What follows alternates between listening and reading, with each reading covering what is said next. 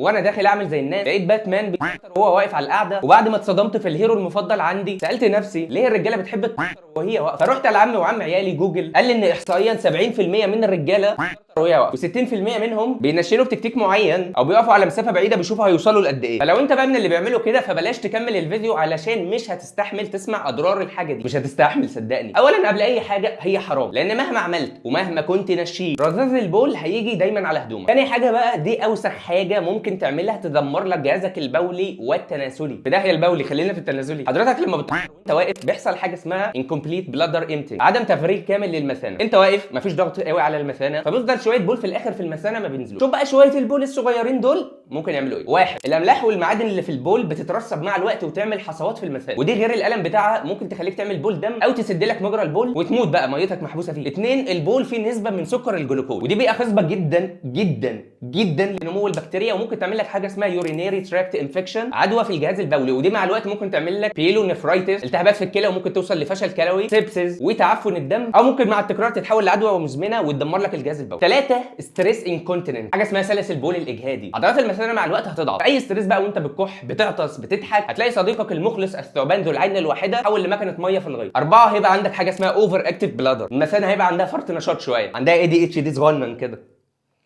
المثانه هنا هتزاولك، خليك تحس احساس عاجل ان انت محتاج تروح تعمل حمام دلوقتي حالا، وبعد ما تروح تقول لك امك في العش ولا طار، تفضل واقف نص ساعه مفيش حاجه تانية. خمسة، بروستات انفلاميشن، مشاكل والتهابات في البروستاتا، وده مع الوقت هيخليك تنقط بقى زي الحنفيه اللي عايزه جلدك. ولو انت من الناس اللي بتسافر كتير وبتدخل الحمامات العامه على الطريق ممكن تشيل الاكياس دي وتستخدمها على القعده. ابعت الفيديو لصاحبك وقول له ما عدتش تعملها وانت واقف. ولو عايزين الاضرار كامله كلها قول لي في تعليق وانا ابعتها لك. اخيرا فاتن صديقتي بتسلم عليك وبتقول لك لايك فولو شير. كان معكم هاني شاكر حسن شحات.